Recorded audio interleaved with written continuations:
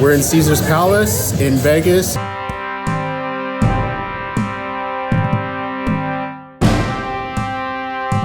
And we're about to head to the Bacchanal Buffet. It's one of the biggest buffets in Vegas. I'm really excited, super hungry. I've been waiting for this, so let's go check it out. But wait, let's start from the beginning. When you arrive, the price of admission is $80 and it gives you unfettered access to anything your hungry heart desires. Bring an appetite, bring stretchy pants, bring a will to push yourself beyond your physical limits. There's entire sections dedicated to certain types of foods. Now, how much stomach space do you have? I feel like some pre-planning might need to be done to get the most out of your visit, and let this video help you do that. Seriously, I'm doing this for you because otherwise I would just fill my plate with lobster claws and crab legs and call it a day. This is research, okay? Now, how could I possibly break down the immensity of this buffet? Bacchanal Buffet is so big that this video had to be broken down into 4 parts. There's a lot to cram in this section, so I tried to combine it all into one. I have a lot of food to cram down, okay? Starting with the Mexican station where they have tacos. You can get birria tacos. They grill them right in front of you. It's really delicious. You could also get roasted pork and elote. If you haven't tried elote yet, I highly suggest you go change that. And of course, you can get all sorts of different soups and rice. It is very delicious here, but you don't want to fill up because there's a whole charcuterie section. There's mounds of cheeses with fruits and jams and meats. You can just build your own charcuterie plate, but don't fill up there because you also have the Middle Eastern section where you have Middle Eastern plates. You also have the Chinese food section where you can get dim sum. So I had to grab some dim sum, which you'll see later. But of course, there's also the Filipino section where you can get roasted pork. You could also get your lumpia. Yes, you can get your lumpia fixed. I did that.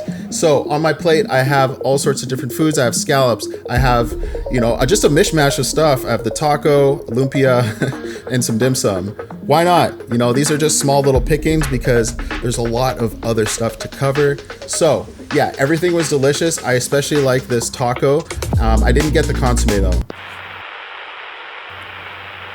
Welcome to the seafood part of the video. I didn't want to make you wait anymore. The whole sea is here for you to try, and I'm about to get my entry fees worth of lobster and crab.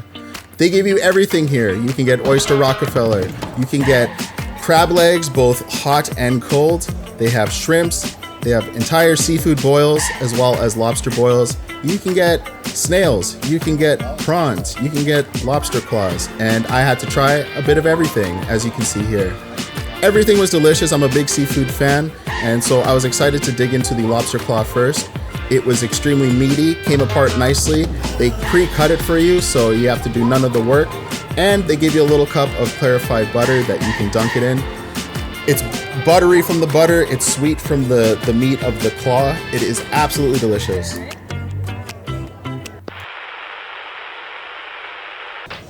Now, it all can't be sunshine and rainbows here. This is where things go a bit south. I'll explain in a bit. But otherwise, the station's great. You'll find some mac and cheese. You'll find chicken wings. You can get chicken. You can get prime rib cut right for you. And they have all sorts of fixing to go with it, like your horseradish and au jus. You could also get brisket, any types of meats you want, really. And of course, the burgers, which are the culprits that I will explain in a bit.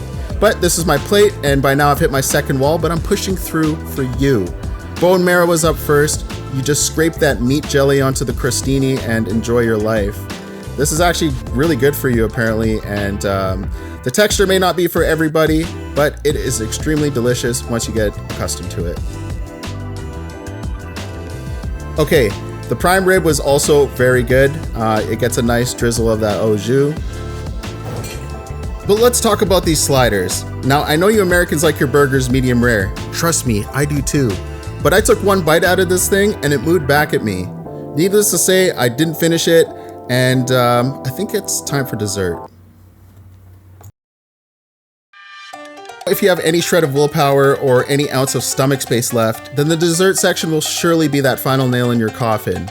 What stood out to me were these ube cakes. I had to grab me one of those. There are also these mochi donuts, which were phenomenal. I had to dabble in a bit of everything, but I've hit my third wall at this point. This is my plate. I got a bit of macarons, some cheesecake, strawberry shortcake. The mochi donuts were my favorite. Mochi has such a unique texture that I love, and it's like the right amount of sweet. I love it. Thanks for watching, and I'll be back with more videos soon. Love you all. Peace.